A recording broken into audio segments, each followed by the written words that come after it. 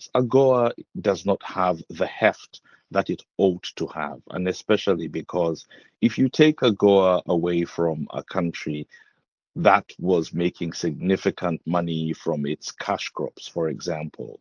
Look, if you take AGOA away from a country like Uganda or Chad or Gabon, AGOA still has access to, or countries that export to the United States can still do GSP goods, the Generalized System of Preferences goods. They can still export coffee. Uganda's biggest export to the United States is coffee. I mean, biggest export anywhere, and they don't necessarily export to the United States. So from that perspective, AGOA needed, or the systems around AGOA need to be, you need to step away from the punitive aspects, because what you do every single time you take away AGOA benefits is you're punishing the small guy. You're not punishing the government. The government doesn't necessarily lose anything. The Ugandan government doesn't lose anything from AGOA.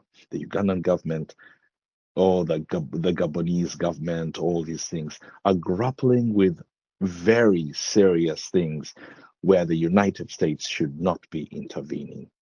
Do any of those changes come into play in terms of you have a deal, a trade deal that is what now 20 years old, over 20 years old, and you have a continent that has changed rapidly in the last 20 years.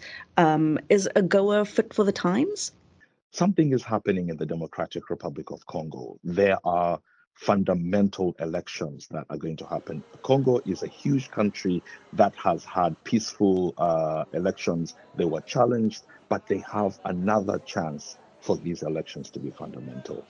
AGOA should not be used. I know that the Democratic Republic of Congo and AGOA are not necessarily compatible in the same sentence. The point is that you don't need to be putting countries like that under any additional pressure. You don't need to be putting Gabon or Niger under any additional pressure.